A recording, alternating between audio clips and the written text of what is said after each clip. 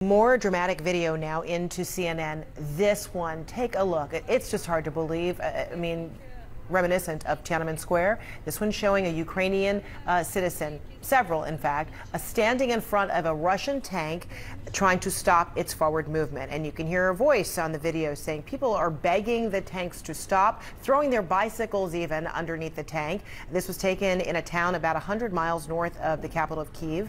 CNN has confirmed the authenticity and location of that video. And you see that man right there, single-handedly trying to stop that tank. CNN's Alex Marquardt is live for us in Kyiv. Alex, I mean, this is an extraordinary moment. I wonder how many times that has been duplicated as people are doing all that they can, ordinary citizens, to stop this Russian invasion. Tiananmen Square is exactly what I thought of as well, Frederica. How can you not? And I think it says so much about the Ukrainian people and how they are going to react to this Russian invasion. So that was taken in Bakhmach to the northeast of Kyiv, about 140 miles. It's near Ukraine's second biggest city of Kharkiv, which U.S. officials believe is coming under some of the most significant fire from Russian forces. Our colleague Fred Pleitkin is right across the border in Russia. He has seen many salvos of rockets going out and heading in the direction of Kharkiv. And as I said, it does say so much about the Ukrainian spirit. You are seeing people of all ages, from all walks of life, taking up arms to fight against the Russian invasion.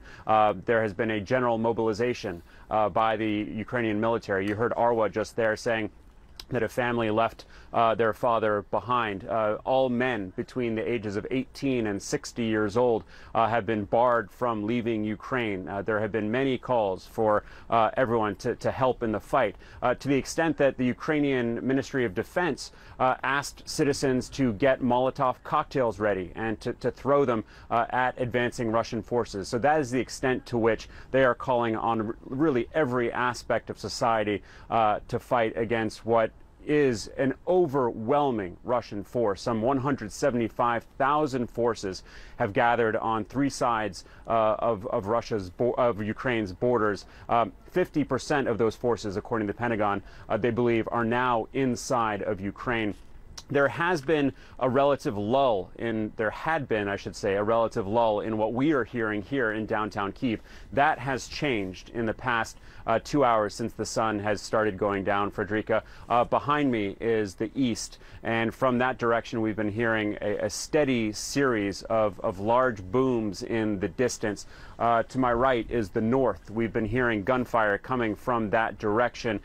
So this fighting, as has been for the past 2 nights, appears to be picking up in the nighttime hours. Now, the Kremlin said that they had paused their operations on Friday because the Ukrainians had been giving indications that they planned or wanted to negotiate. Then they said the Ukrainians reneged on that. And now the Russian Ministry of Defense says that they are resuming their operations in all directions. We should note that the Ukrainians are denying that. But this could be what we are seeing now. This uptick in the fighting could be this resumption of Russian operations, Frederica.